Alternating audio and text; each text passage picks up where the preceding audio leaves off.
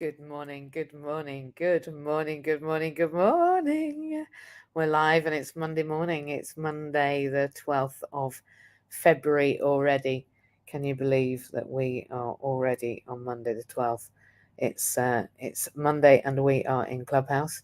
We are, where else are we? We are on Facebook. We are on Twitter. We're on Twitch. We are on X. We are on Instagram. We seem to have spread ourselves all over the place. It's good to see you, Alexia. It's good to see you. It's Monday morning, and I think it's only 2 days before that beautiful, beautiful event of Valentine's Day. It's all about love. So this week, I'm going to dedicate it to loving myself and loving one another. That's what I'm going to do. Hey, good morning, good morning. And we're in MJ's house Monday the 12th of February, and we're going to talk about some wins today. Hey, we're going to talk about some wins. We're live everywhere. So what I've noticed is that people are all over the place. They'll tell me that they message me and say, I can see you on Facebook. Oh, I found you on YouTube. Oh, there you are on Twitter. Oh, there you are on X. I don't even know what X is. Is X Twitter? I think it's the same thing. Oh my goodness, it's Ju's birthday. Ju. It's your club anniversary. It's your club anniversary. Good morning. Absolutely, everybody. It's good to see you all. It really is. I'm just going to do that invite to speak. Excuse those that are seeing me on the other social medias. We have to do this on the old Letty phone. Good morning, good morning. Hey, our Ju's not coming up yet. We'll get there. It's his birthday. It's his club anniversary. When you've got a red balloon, it means that you've been here. Is it a year or 2 years, Ju? Is it a year? Near a year. Have you been here a year, Ju? You can't hear me. It does. I don't think, MJ, it's just that it means you've been another year. Another year. I think, yeah, because we've been on at least, must be 3 coming years. up 3 years. We've been 3 years, so Ju must be 2 years. So it's his second birthday. I think that's incredible. Hey up. Marie's not even a member of this house. That's it now. She's out. She's gone. You're going to be binned now. You're not even a member of the house. Neither is Duncan. I can't believe it. Listen, if you don't know how, not that I remember now, I think you press, I don't know. I think you press MJ's house. I think you do. I think you press where it says MJ's house, that little picture of me that they've put up there, which is on my bio. And if you look at the Clubhouse bio now, it's just a wavy hand. So we're going to be adopting the wavy hand as our symbol to say where we are. So good morning, everybody. Thanks for being here. We're live everywhere, and I've just been randomly doing housekeeping on social media, like nobody cares. And I wonder if they actually do. My kids are always saying, "Are you screaming into the void again, Mum?" Yeah, I am. But it doesn't matter whether one person's listening or 101 people are listening. The reality is, I'm listening, right? And so are you. We're listening to that small voice inside of us every single day. And that's the voice that's been talking to me this week. I tell you, this week I've changed my mind. I've changed my mind a number of times. And my mind began on constellations. And I talked on Saturday about family constellations. And if you didn't see that, I would go back and look at it on YouTube. Because actually, it's quite phenomenal. And what I've found is that when I let go and I allow my subconscious to release what it's already decided it knows and that which it's already acting upon, and I let it just have a little bit of free reign in amongst a scaffold, well then alchemy happens. That's where the magic lies, mate. I'm telling you, that is where the magic lies. This idea of having something that's prescribed, it doesn't work. But what does work for me is having a frame. What's beautiful about that is I never know what's coming out. So even though I knew where I wanted to go on Saturday, I didn't know why. And I didn't know what was being processed. So I'm doing my own therapeutic process live on social media. That's basically what's happening. And at the same time, I'm sharing with you that which I know, that which is my experience, and that which I'm learning towards. Just bear with me 1 second. Come in, Maureen. I don't know, doing that on social media. Yeah, Maureen's a little bit late. But then if you're late, then you're going to be on social media and live coming late, aren't you? Morning. You're late on social media. Maureen's just announced she comes to work late sometimes, but that's okay, right? It's Monday morning. We've only just got up. Well, Maureen has anyway. I got up ages ago. I had a team meeting this morning. So anyway, good morning. We'll get on with this. We will. And we will say good morning and happy club anniversary to Jew, because he is absolutely exactly what I'm going to talk about today. I'm not going to talk much because Maureen's going to be making breakfast, and generally you'll be listening to her. But until then, maybe I'll talk in between our Maureen making breakfast. I'm glad it's Monday morning, and I'm glad to say that I am on the second week of my local authority placement, the second week of 1,000,000 billion. When the 1,000,000 billion's over, I'll let you know. Me and Jew worked out what 1,000,000 billion was the other day, but he'll have to talk to you. We talked about Googleplexes, and we talked about quadrillions, yeah, and we decided we didn't mind losing 1,000,000 or 1 billion if we had some quadrillions. We're getting a bit silly with number, considering I have dyscalculia. By the way, I'm Mandy Jane. For those that don't know, or that are on replay, or are new to social media, or those that have just stumbled across us randomly, screaming into the void, I'm MJ, and you're in MJ's house today. It's all about me. It's not always about me. It's usually about everybody that's disabled and the others. I have no problem with working with those that aren't disabled. I haven't got a problem with them. I just don't know who's not interested in the subject, because I'm disabled, right? And I have a family member that's disabled, and we all know somebody, right? So that's 4 people. I thought that it was the one in 4 that was disabled, and I know 4 people, therefore everyone's involved. I don't think the numbers really work that way, but they do for me. I'm dyscalculic and I'll make anything fit. But what I do think is that disability affects us all of us.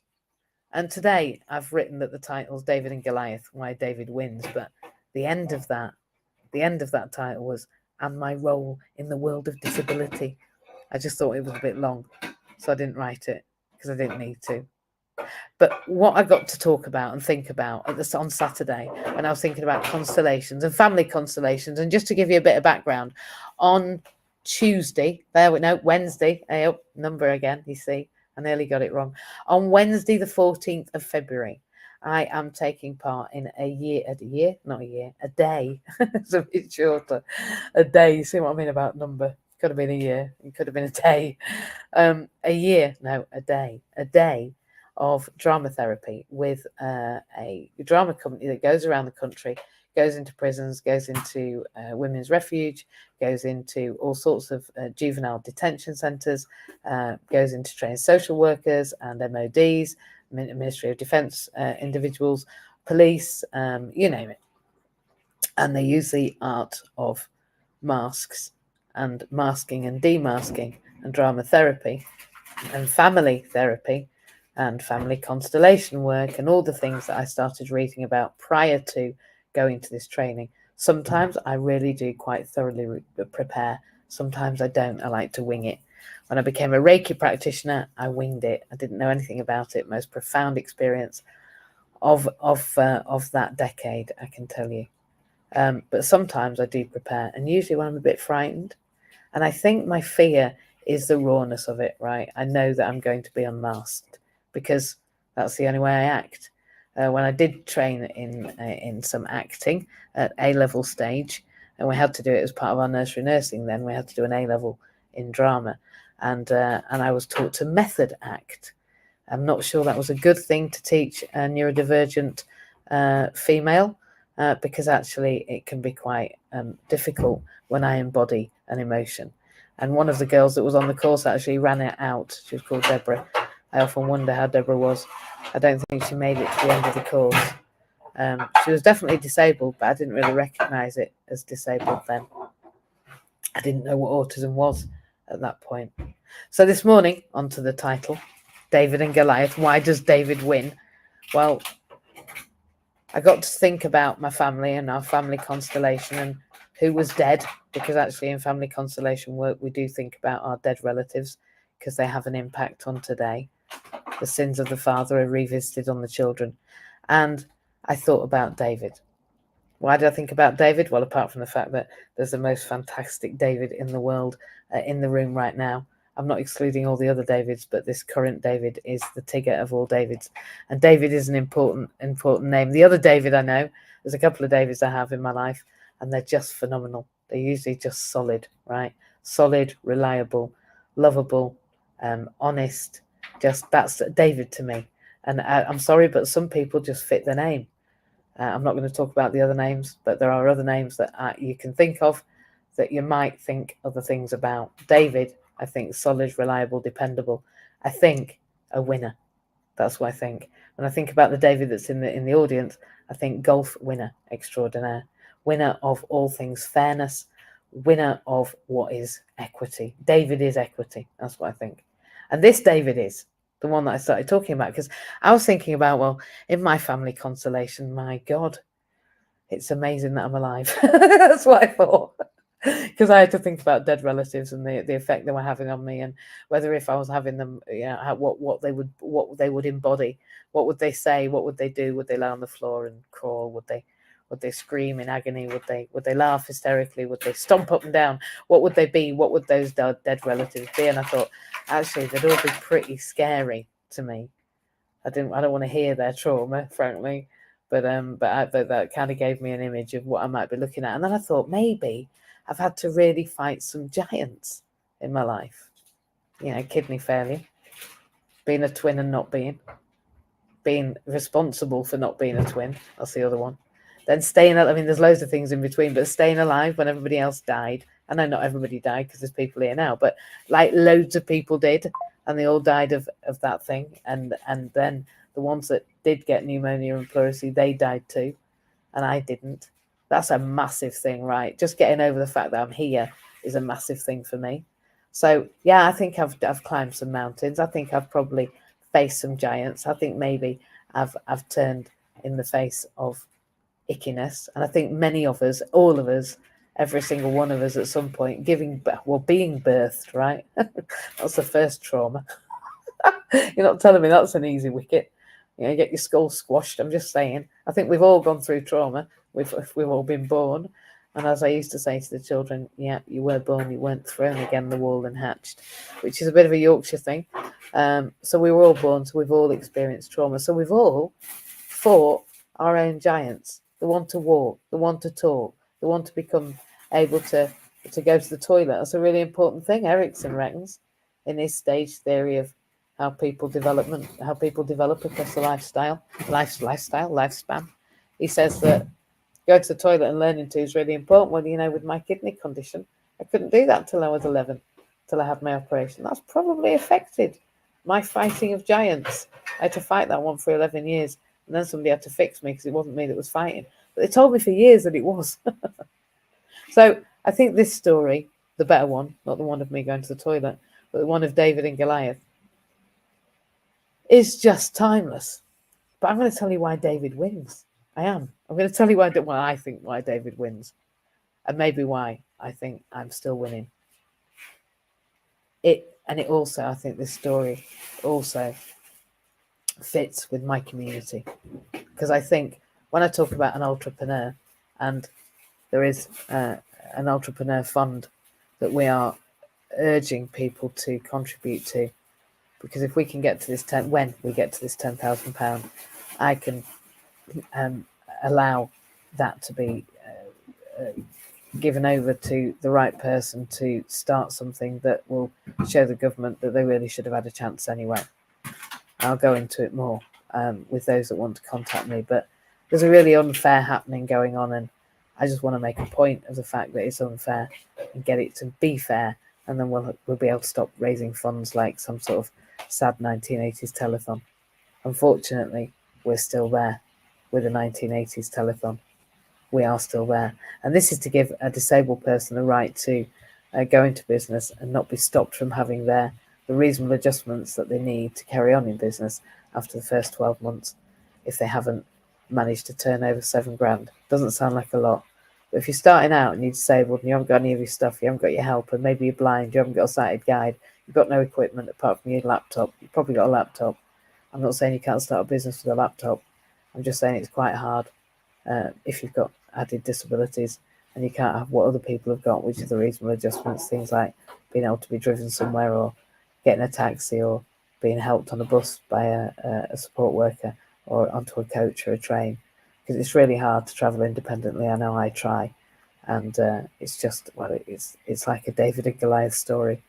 So every one of our entrepreneurs are David fighting a Goliath, which is the system, and that's just to get out of the house, let alone to actually make the minimum income guarantee. And if they don't make that $7,000, then I wouldn't mind if access to work was just stopped, frankly. We don't want lifestyle businesses. We can't have little Tommy selling badges on a Saturday at the Fete and getting 5p a badge and expecting access to work to shell out up to $66,000 a year. That can't be happened. It can't be about what it's worth, but it also needs to be viable. But viability isn't just about whether somebody that's access to work haven't turned up for 6 months and then expect that person to, in that next 6 months when they're trying to get their access to work and they haven't got their helper, or they haven't got the sighted guide, or they haven't got those reasonable adjustments, or the software if they're dyslexic that helps them to type when they talk, any of that, they're still expected to make it. And most people say that new businesses aren't very good at making money, but disabled new businesses must be.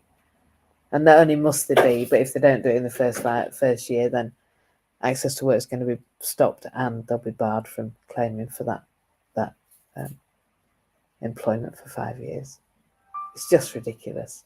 So we need to highlight it. We need to get to the $10,000 to do it, and then we're going to make some noise. We're already talking to some media organisations, and I believe they're ready to make that noise at that point. So please help us make noise. Louder than this, louder than this, louder, louder, and louder than this. So it's a narrative of overcoming seemingly insurmountable odds, same ones as are disabled, blind, or wheelchair bound, or quadriplegic, or tetraplegic, or severely mentally challenged, or those with progressive MS or motor neuron disease, or any other, or stage 4 cancer, any other things that you might want to think about. We've probably got a client that is experiencing that. So it's a theme that's familiar to all of us, but also particularly to my disabled colleagues. So as I go into this story, I'm going to share my journey as well, because I'm part of this system and this system's part of me. We're only 2 days away from Valentine's Day, and I think that this week needs to be all about love. And I think the story of David and Goliath is a metaphor for all those battles that we face every day. David was just a shepherd. I say just. I think shepherding's a really, really important role. I think that if we didn't shepherd our sheep, then it would be very difficult for us to understand what we're doing. And I say that in the kindest of ways. I'm shepherded through my course as a trainee social worker. I was shepherded through my training as a therapist. I was shepherded through my training as a teacher and nursery nurse. All of those things, because I was learning. And I think that David was learning, and I look to him as a giant of learning, actually, because he didn't use clout. Or he used his nouns. That's what he did. He used his brain. And I think that's what I've had to do. He was a victor, not because it was a fluke. It wasn't. Because even though he faced a giant and he faced Goliath, right, and he was huge, I don't know how many hundreds of times bigger, but everybody's bigger to me. I'm in a wheelchair and everybody's tall. Sometimes people turn around and they've not even looked at my level and they walk straight into me because they've looked around and looked at eye level. So I might as well be David and everybody's damn Goliath, because everybody's bigger than me. Nobody thinks I'm moving the right way, and I'm not sure that Goliath was ready for the way that David moved. I have overcome insurmountable odds, but I didn't do it by just, saying I was going to. had to be a bit spec ops about it. I had to be a little bit where I looked at what I needed to get to, looked at the goal, found a way around, found a way through, found a way over, and then went and did it. Yeah, David's win was not a fluke.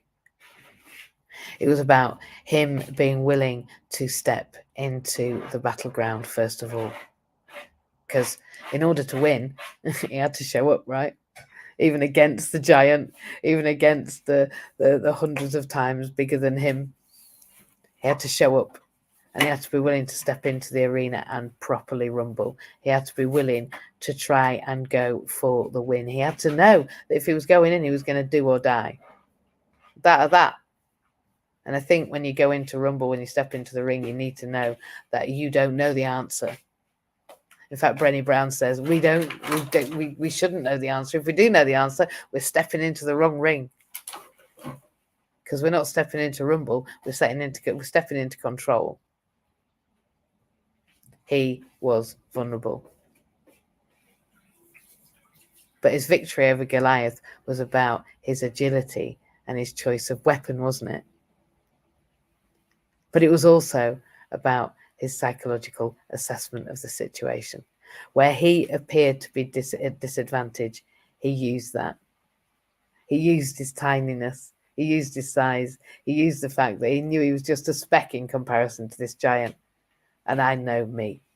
I know where I sit in the cosmos of the constellation of everything. It's literally nowhere and everywhere. And that's perfect. He knew who he was, and he knew where he was in relation to the giant. And then he chose his weapon, the one of precision, the one of cutting through the rest of it, the size, the bluster, the propensity, cut straight through, using a sling, using his focus. So it wasn't just the psychology, it wasn't just the choice of weapon, it wasn't just the fact that he stepped into the ring. It was the fact that he saw an opportunity that others didn't. And what appeared to be a disadvantage, like his perceived weakness, was actually his strength. Now, when that came to me at the weekend after the constellation work, and I was imagining the therapy work now, can you imagine if I actually did it with my family? But it's no different, right? If we're unpacking our own experience through the power of our mind or through the physicality, it's no different. It's just a more stark experience. And of course, people get to work in what we know as the ether, in the energy of things.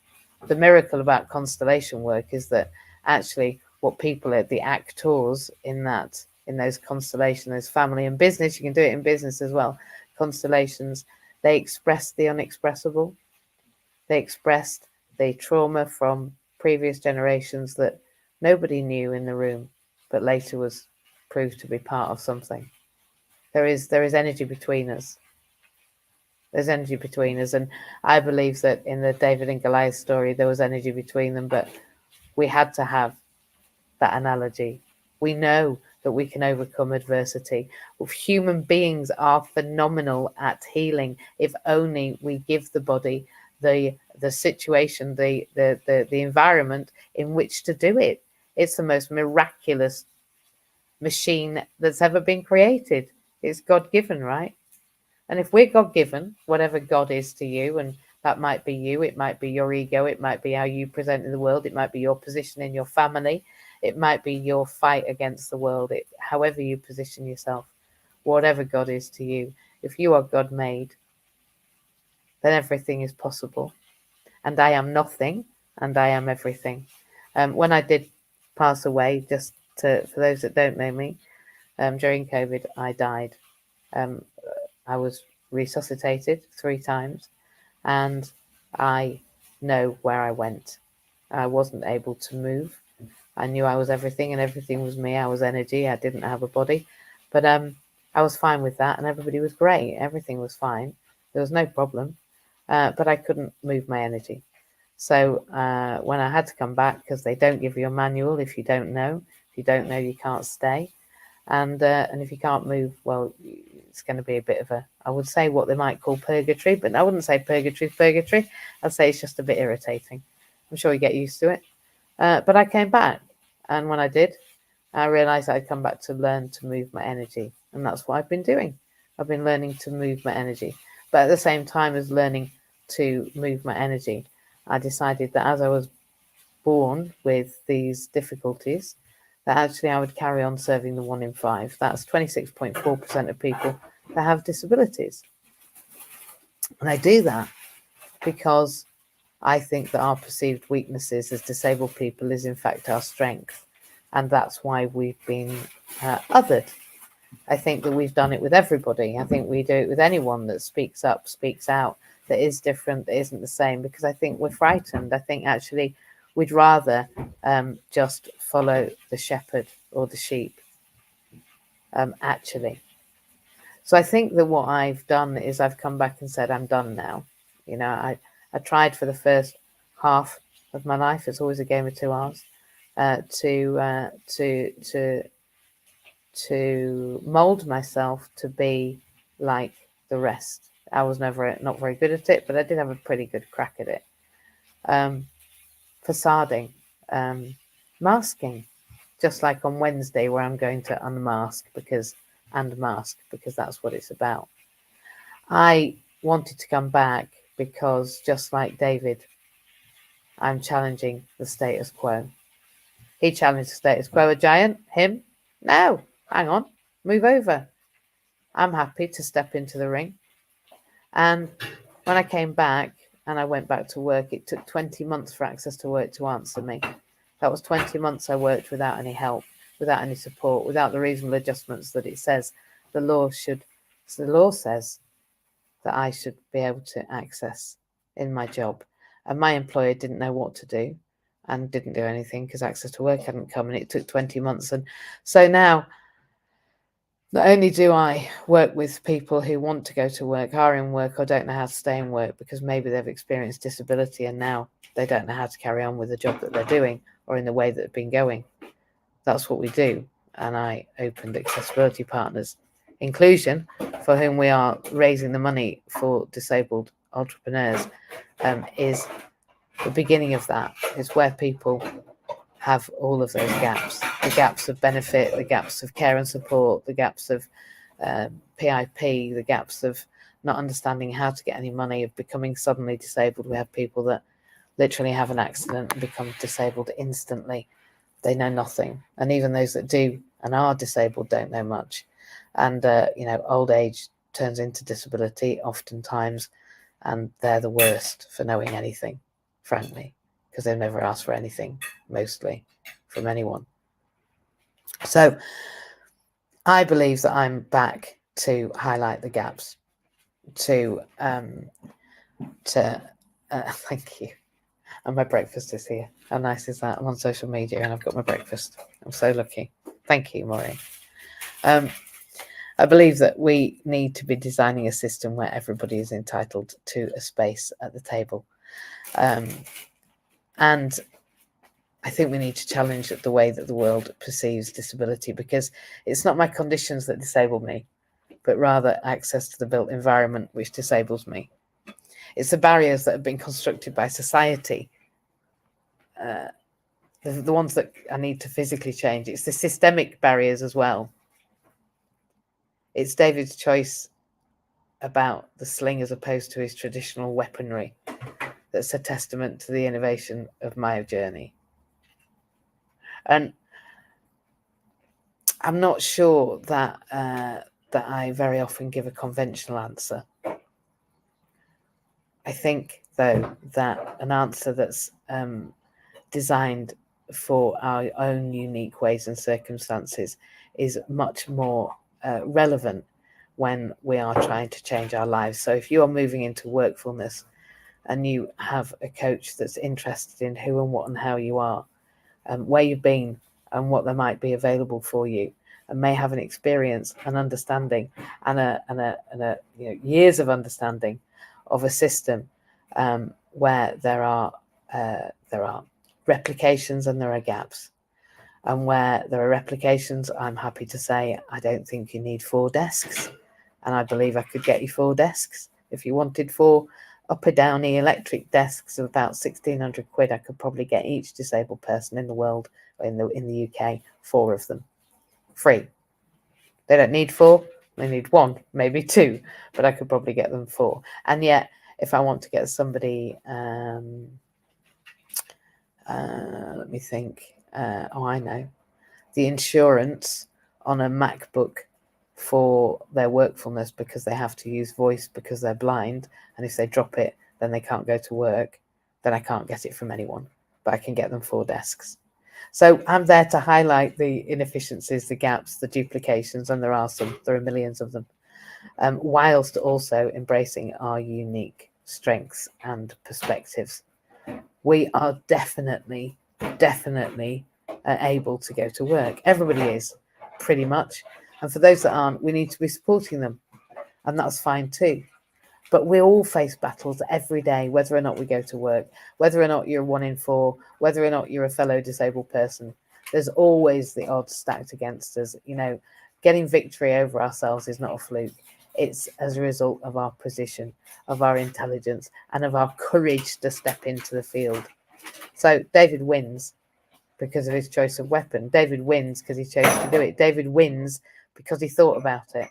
So maybe today you can think about what you think of your weaknesses are, because I believe they're there to show you where your strengths might be.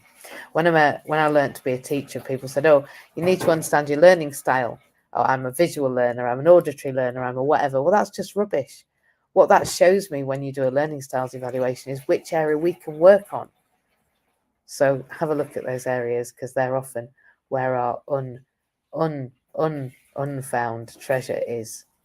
I know that I challenge the status quo. I know that sometimes I might make people feel uncomfortable, but I'm not going to let society's perspectives define my capabilities. I'm not going to allow this world to judge how my disability is going to affect me. It's not my conditions that disable me. It's number 10's front door, for instance. It's being able to put a man on the moon and not being able to go on all of the tube stations. It's not being able to go over Jubilee Bridge reliably. It's not being able to get a train without it being a drama. They're the things. Oh, and access to work as an addendum. They're the things. But if we can learn to help people adapt to unique needs and circumstances, if we can stop the one size fits all, because I've never met anybody like me, just like I've never met anybody like you. And I know we need systems, of course we do. I'm ready. But I just want a system that's responsive and effective and advocates for everybody. Because I think that systems need to be made by design inclusive and accessible and supportive. We are all learning here that we can be victorious against the giant challenges that we have. I think we just need the right strategy, the right mindset, but most of all, the right spirit. I've come back to learn to move my energy, and energy is us, and we are energy. Remember, you are not in your body. Your body is in you. You are spirit. Your body is just the thing that you walk around in on this experience, in this part of your experiencing. This narrative is not what they tell you, but I promise you that it is everything. And we're here for the long run. You know, there's no way out. We're here, whatever we're doing. But I want to challenge those existing narratives, only because, frankly, they're not even real. So, as I close, I think we should remember that every Goliath that we face is our own. For me, you know, societal attitudes, inaccessible environments, inadequate policies, they all present us with the opportunity to be a David. And, you know, David was in the room. Let's embrace our slings. Let's use our unique strengths, our perspectives to win our battles. But let's hope that you might just on the way think about making it a more inclusive and equitable world. I'm really grateful that you've let me get that out. I feel like David right now. Maybe it's because I feel so small. And I feel like this journey ahead of me is just so big that I feel a little bit overwhelmed. But I'm going to take it with curiosity and with an eager, explorative sense, and smile while I'm doing it. So, what David have you been facing, Alexia? Good morning, my love, and happy birthday, Jean. I'm going to eat my breakfast. Hi, good morning, everyone. Yeah, I have to get round to mine in a minute. Well, we always face challenges. That's what life is. But with a disability, and it took me a long time to accept I had one, or two, or three, because things don't always come along in ones. And yes, I would like to confirm what you said about the body. It is only what gets you around. But how you do that can depend on so many things. Life changes, my mobility has changed. Oh my God, what I do has changed. To be now a professional writer with severe dyslexia, with eyesight that is becoming challenging because I'm older and I've now got start a cataract. So all those things make life more challenging. But it doesn't mean life stops. What is interesting since I've known MJ and being in inclusion is how many people I've met that are ex-nurses and how many of us have ended up not thinking about it at the time, but how doing that job has taken a strain on our bodies, on our physical body. Marie was one. Kelly's not here, but she's an ex-nurse. So maybe we seriously do need to think more seriously about our lifestyle, how we live it, what we eat, what we drink, which is what MJ and I talk about all the time as the earth healer. And to bring the earth into that story, that's where you start, that's where you go back to. So why would you not respect it? Because if you're not respecting this planet, you don't care about you. I'm sorry to be blunt, but that's exactly what it means. It means, and that's what university has taught me, studying psychology. Oh, MJ, that software, now I can use that. That is a fantastic thing. I love you. Oh, I can't tell you what a difference that makes to life, to putting things together, to taking notes. I love you. I remember finding all this stuff out when the DSA first came to me. That's the Disabled Students Allowance Services. When they first came, he knocked on my door. I burst into tears. When I answered it, he said, "What's wrong?" I said, "Are you going to make me strip naked?" He said, "Sorry." I said, "Are you going to make me? Are you going to make me? Are you going to examine me?" He's like, "Why would I do that?" I said, "I don't know. Are you a doctor?" I didn't know what to expect. So when I realised that actually I could get software, and when I just wanted to be able to connect to the Open University, I was like, "Look, I'm on this degree, but my internet won't. Well, it's not my internet, but my computer won't make the internet work." It's like, well, there's no wonder, is there? You need a new computer. I couldn't believe myself. Believe myself. That's a lesson in itself. You talked about MacBooks. They're my favourite choice to use. But actually, one thing we need to teach this government is they're wasting money by buying PCs. My MacBook, this one I'm working on now, I've calculated back. I bought that when I was living with Anne, once I started to get myself financially sorted out a little bit. So that now is coming up to 16 years old. I defy you to bring me a MacBook, a PC, that without sending it back to somewhere to have it rebooted, do everything else to be still running. This one is. I've got one downstairs that's about 24 years old. All right, to use it on the net, I would have to upgrade it, but that still works. Mad. If I've got a problem with my PC without the software from university and the way that's given to me, I wouldn't know any way of getting any help. I can ring MacBook up free of charge. Yeah. They ring me back. They're amazing, aren't they? What to do with them, they will very often deal with it or try to. This is a lesson we need to bring in life today.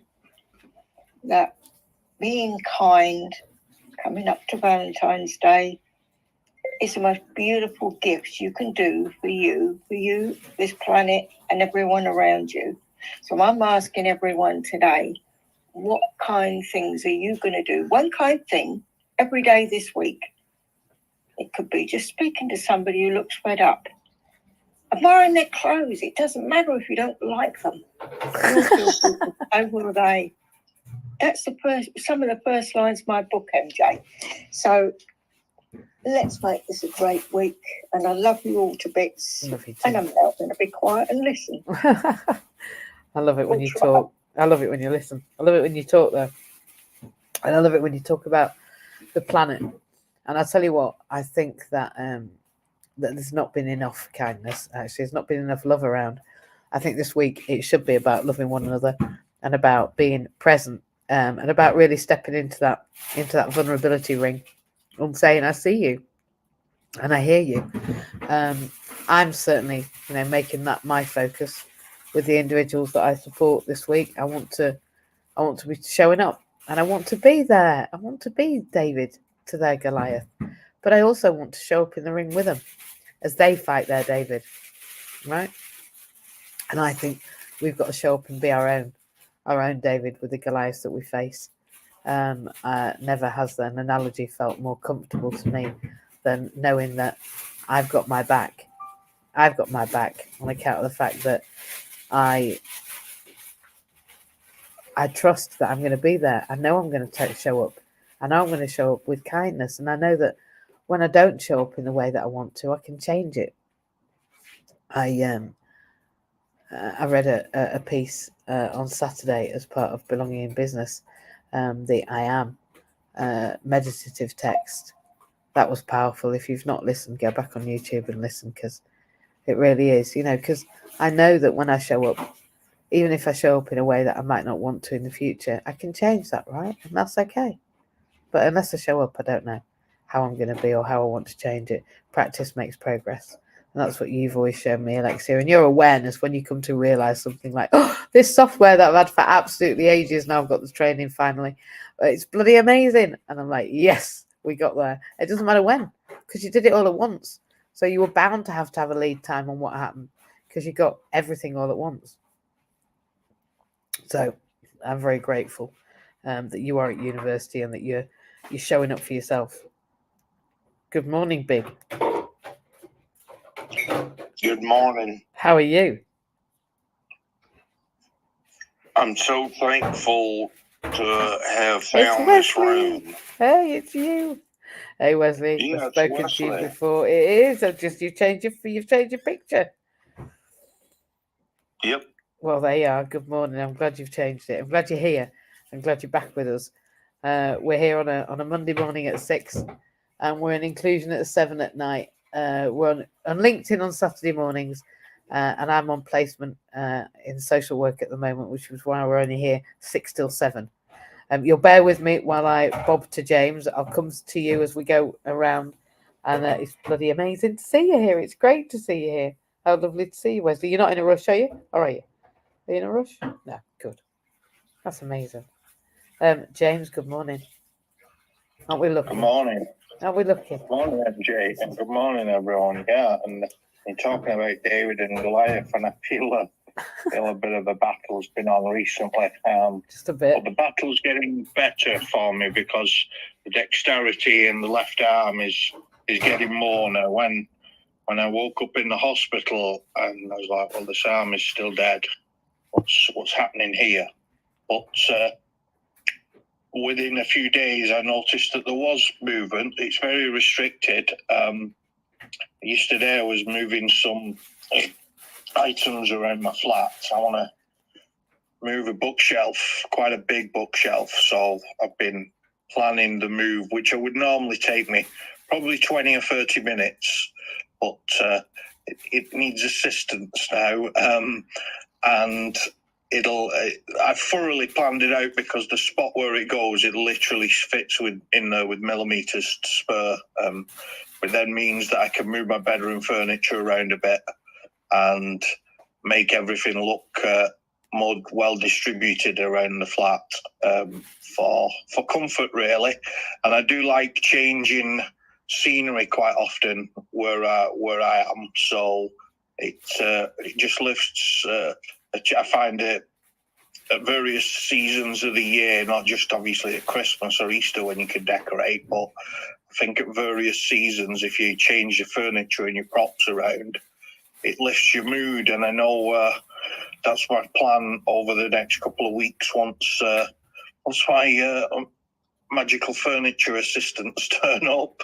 I know they're very busy at the moment with other things, so I've stressed to them that like on the aeroplanes, they've got to put their mask on first and deal with their priorities, and when the time is right, that's when the time will be. Obviously, this injury has come, he says now quite boldly, it has come at the right time for me, because it's learnt me to slow down, and get a few more things in order that I need to get in order, so that when some other people get their stuff in order, I'll be waiting patiently. That's it. But when that stuff becomes available, I'll then be onto that, because I'm learning a great deal at the moment, thanks to the walk I'm having to do to my library bookshelf. But soon it'll be a shorter walk, and I'll be able to see it in front of me where I am now, instead of seeing it when I wake up in my bedroom. It will allow me better access and just a change of direction. But yeah, so I want to send great Clubhouse wishes to my mate who's coming on next, hopefully, if he's ready to flash his mic. And I'm going to thank everyone that's been really helpful to me over these last few weeks. Your team, MJ, and all the incredible people that have rebuilt me at the hospital. But I had confidence. Once you speak and you listen to certain people, it fills you with confidence. And that's why I love these Clubhouse rooms. The few that I'm in these days are really great. And there's a back library out there when you have time on your hands to dip into, a great back library. But I'm going to move on, and hopefully Julian can speak, although the screen has changed shape. So I'll hand you back to MJ and all the wonderful people. Have a beautiful week, everybody. Thanks, James. It's amazing what you've gone through, that you're still as cheerful as ever. And I know people look at me and go, how do you just keep going? But you have the same stalwart nature. But I just wonder if sometimes, like me, it can be a little bit like, well, everyone expects James to get through. So just remember that we're here. And even though everyone expects you to get through, I'm not expecting you to get through all the damn time. And I'm not expecting you to not get through with it not being challenging. So don't be a stranger. Reach out by text. We'll see you tonight if you come in. 7 o'clock for inclusion, 7:30 on Zoom. And it'll be great to see you. I can't wait for us to show those amazing bios that we've been editing all week. We can get those uploaded, and our social media extraordinaire lady begins next week with us as a meeting about that, about us without us, actually, with Jenny and them. So it's going to be good. And so those bios are great. For those that don't know, in inclusion, the gang gets together. We tend to lobby the government. We're going to BASWA. We've been to BASWA, the British Association of Social Workers. We have a lived experience panel. We speak about the world of disability, about the world of intersectionality, about the challenges that we experience, and about the limitations that we face, but also about the battles that we won, that we win, and do every single day, because we're allowed to go into the ring every day. That's the beauty about being disabled. We get the chance to fight the good fight and be our own David every day in every way. I think it's an opportunity. Sometimes it gets exhausting, though, doesn't it, Ju? Are you there? Even on your birthday? It does. Happy club anniversary to you. Happy club anniversary to you. Happy club anniversary, did you? Happy club anniversary to you. Did you like that? Beautiful. I knew it was. And that's because it's as beautiful as you. How are you this morning for the 34th time? I'm okay. I missed you. It's been ages. At least an hour and a half. No, we haven't talked this morning. I'm talking crap. No, we haven't. I'm talking crap. We haven't. But I did message you. But you weren't there. You left me. I think you were asleep. I think you had a good rest. I'll have to check that. I think maybe it was me. But anyway, good morning. Good morning. Happy club anniversary. Thanks. You didn't even know, did you? It means so much. It better do. You've made loads of friends and 100 million billion people that you love. It's difficult to diss two of them. I come on and I see Alexia and James before me, and I think, there goes having a talk this morning. I love the fact that we're like family. But I'm talking now. What the hell? I love you. Got a lot of love this week. I have a lot of love all the time, but this week I'm just letting it out. Oh! It's good to love. It is. I think it's about all there is each other. I think the rest of it's just rubbish. See, I'm behaving. I'm getting ready. I'm getting ready so I'm palatable. I'm getting ready so that I'm pourable into a media message thing. That's what I'm doing. I'm not sure that you would ever be truly palatable.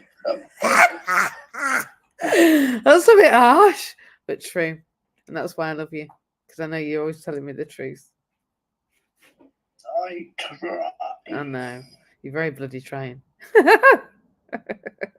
I am. So am I, which is why we love each other.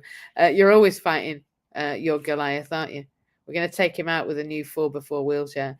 We're going to take him out with some eye gaze. We're going to take him out with you going and speaking your lived experience. We're going to take him out with your TED talk. We're going to take him out, aren't we? I've been thinking about this. Have you? David. Yeah. Goliath. We've got an important David in the room. It's the best David in the world. I know I said it about the other David, but on this occasion it's this David. They're both David Bakers, so they're both brilliant. Go on. Sorry. I'm I know they're not. a Goliath. But I'm also a bit of a David. Yeah. What way? In what I way? think, I think in the biblical sense, David was a bit of a thinker. Yeah, I do. And he thought ahead. He thought, how am I gonna take this big fucker down? And he thought, Well, the easiest way. Yeah.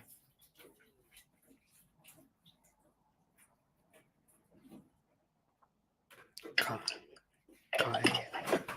Whop him on the head with a slingshot. Whoop him on the head. Yeah, he did. Well, he knew he could get that far. How else are you going to get up to a giant when you're only a little ditzy thing, right? Yeah. You have to throw something small a long way.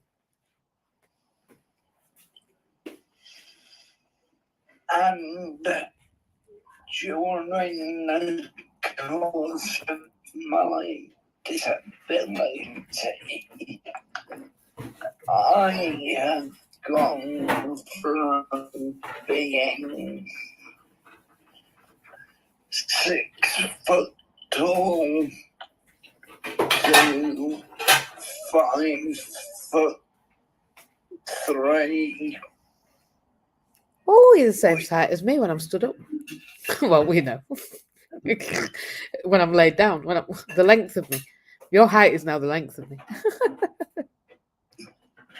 No. We're about the same height. You've got a bigger head. You've got a taller head. I don't think that's a real thing. My actual height is 5'11". And you've got massive feet. I know you say you haven't, but to me, I had to put your shoes on. And they're the biggest size 8 or whatever they are that I've ever seen. You've got long feet. I think that's the thing. Are we still there? Sorry, I'll shut up about your feet now. And I'll stop interrupting.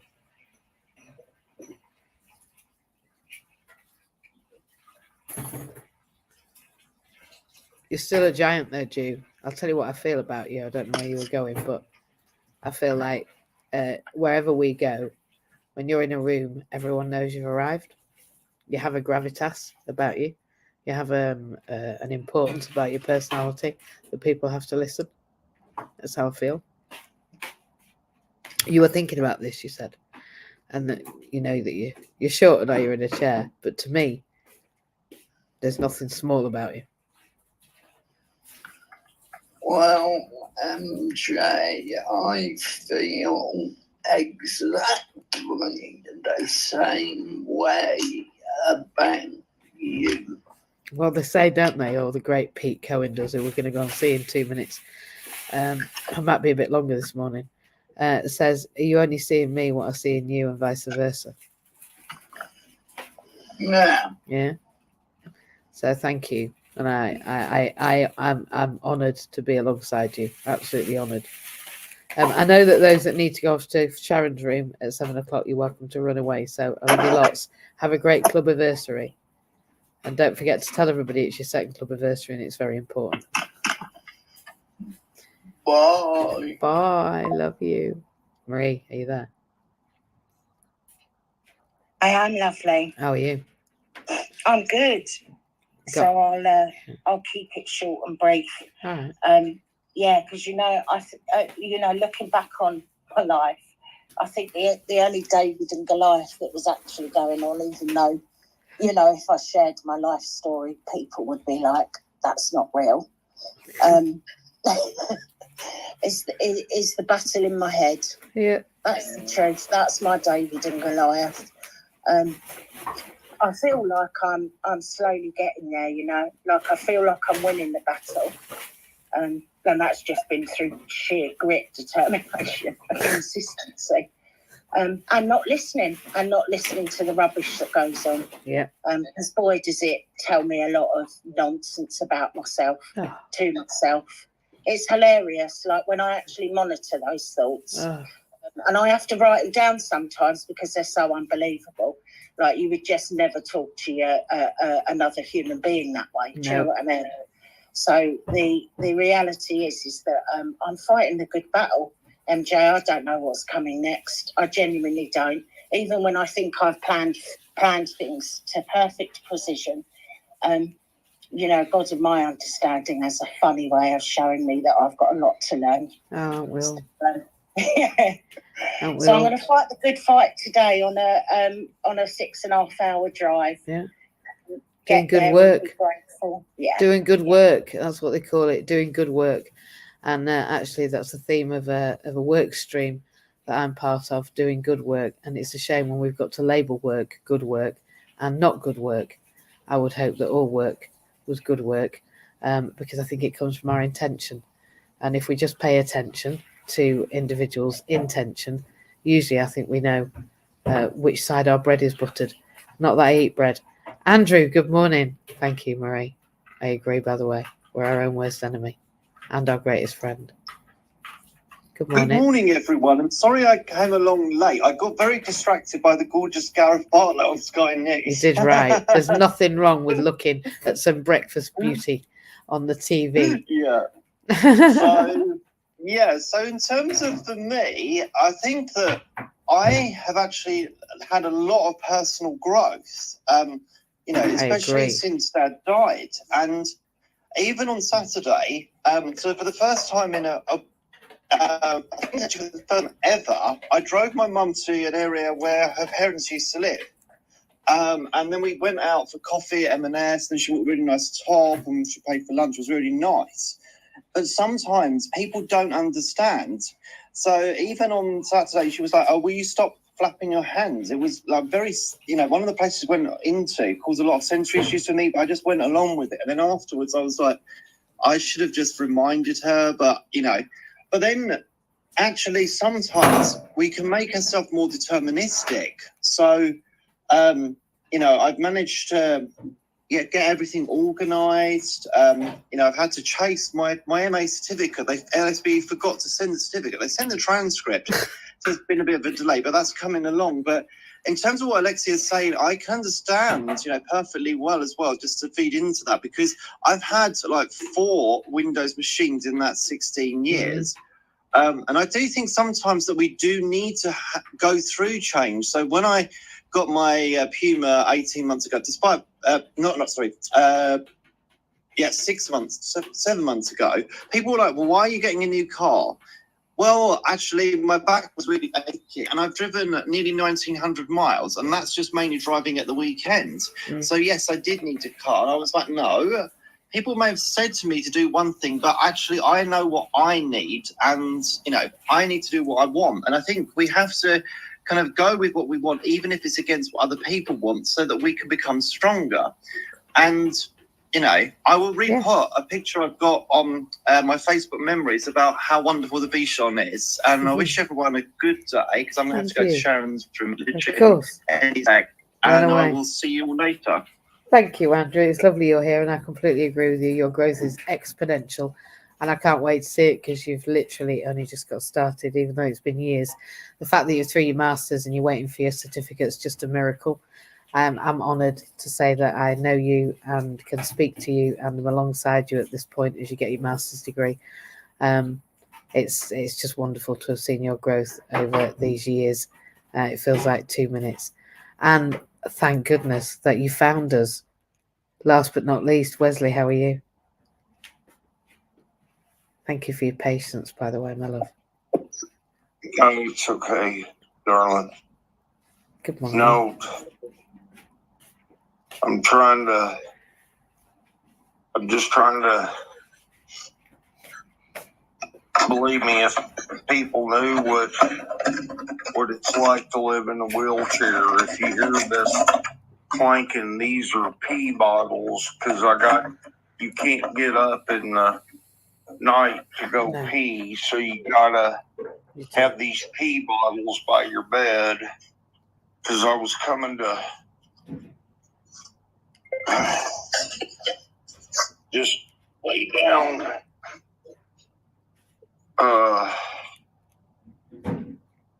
Yeah, so they want to cut my leg off, and I'm not happy about that. Might you be better off without it, though? Say again? Might you be better off without it? I don't know. I don't want my leg cut off. I understand that, but I mean, I'm not saying that you should want it off.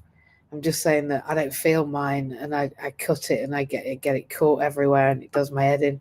And I just wonder sometimes. But then you're not off your. Are you off your feet, or have you been walking? Have you been using?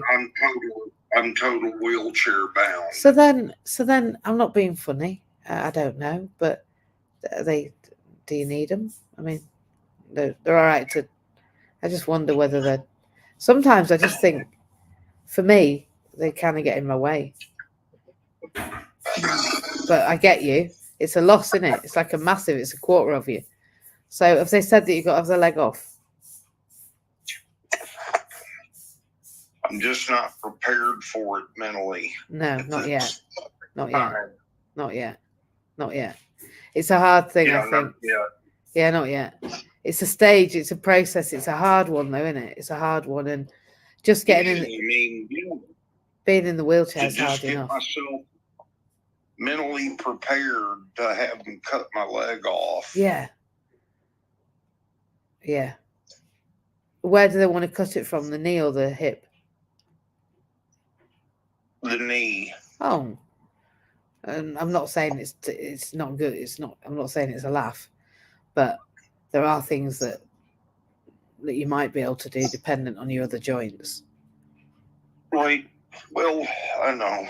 But it's hard, and I hear it. I'm not limiting it. I'm not diminishing it. It's crap. Well, I mean, we all know, just to get in and out of bed, to get in and out of this wheelchair, it's hard. Just like I was doing, peeing. I mean, it's not like, my whole life was changed 2 years ago, and just getting in and out of bed, getting in the wheelchair, getting in, go to the bathroom. I mean, these things are just, it's exhausting. It is exhausting. And sometimes I have to laugh hysterically at it on account of the fact of how long it takes. Just getting in my van, it's like a 3-day event. To get to work this morning, I have to leave at 7:15 because otherwise I won't be able to get into my van before 7:30, which will mean I won't be leaving till 22, which means I won't get there. It's only a 20-minute drive at 8 o'clock, so that's an hour, because I've got to think about transferring from my bed to my chair, then from my chair down 5 doors, 5 fire doors, then into a ramp, then into a chair, then transfer into the driving. Then when I get there, I've got to get from the driving seat back into the wheelchair, then from the wheelchair into my office. It's knackering. It's actually. Oh my God. I mean, like this morning, for example.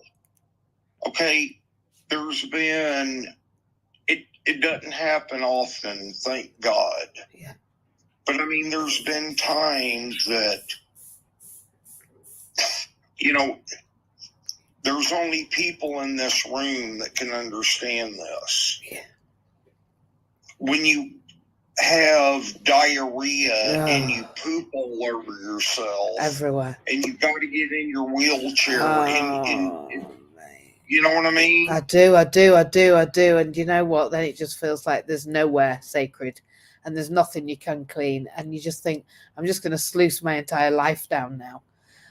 It's overwhelming. It's overwhelming that sometimes I've sat and thought, well, I just can't deal with this. I'm just going to wait till somebody comes, and then nobody does. And even if they do, as soon as they come, I start trying to help clean it up. It's mad. It's like some sort of human happening. It was just cry and cry. Yeah, that's another one. Yeah, I've done that. Sat and sobbed and gone, I can't. I just can't. And then from somewhere comes that little bit that goes, right. And I don't know where it comes from. But the bit that comes from the middle of me that goes, right, I'm not having this. I can't sit in this plop anymore, or I can't sit in this sick, or I can't be in this position anymore. I don't know where that comes from. Where do you reckon it comes from? The one that goes, right, I'm still going to go do this anyway.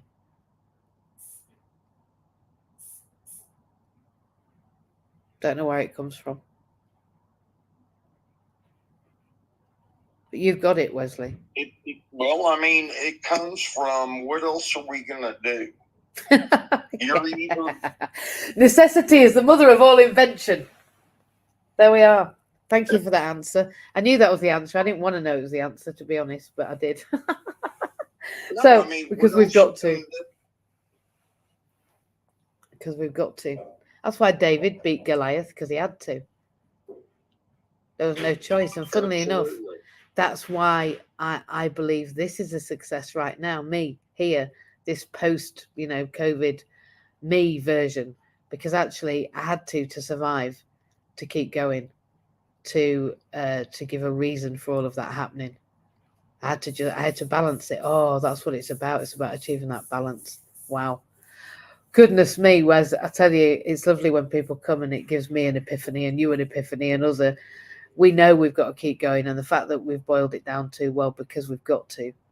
I think that's well, see, and I don't know how a woman, at least I've got, and I don't mean to say this rudely, because I've got to pee in these pee bottles. Oh. I mean, that's all I don't know how a woman does it. It's a nightmare. But She-wees are a nightmare. Well, yeah. I mean, this is my life. Is peeing in pee bottles, dumping pee bottles, rinsing out pee bottles. It's not pleasant, is it? That bit. Well, I mean, I just got to deal with it. I mean, it's reality in my life. It is. And, I'm glad that you feel that you can share it, because I think it's the right way. When we share our reality, we can decide whether that's how it's going to stay or what we're going to do about making it any more comfortable or any different. I think that's the answer. It gives us the choice. Once we recognize and can say it, Thank you for being here. Well, I mean, this is the reality of... It is. That's all I deal with, So morning routine, because all I can do is pee in these pee bottles. And then I get up in the morning... The pee bottles, I got to get out of my wheelchair, out of my bed, get the pee bottles, go dump them, clean up, rinse them out. And then... Right, that's a good idea. That's another one. Yeah, well, that's it. That comes with its own challenges. Now then, gentlemen, on that conversation, I'm going to have to ask you for my departure, because I've got to go and go to the individuals that we support for the local authority and try and become that social worker I'm training to be, and go and teach the people why David wins. Have the most amazing day. It's great that we've had guests here. It's fantastic. We can talk about literally anything in MJ's house. Please come back next Monday at 6:00. If you are in inclusion at 7 tonight, we'll see you there. And we're also in Belonging in Business on Saturdays at 8:00. I seem to be appearing everywhere. So you take care. Have a great week. And I'll see you in inclusion tonight if you're there. Bye-bye to everybody on social media elsewhere. Bye.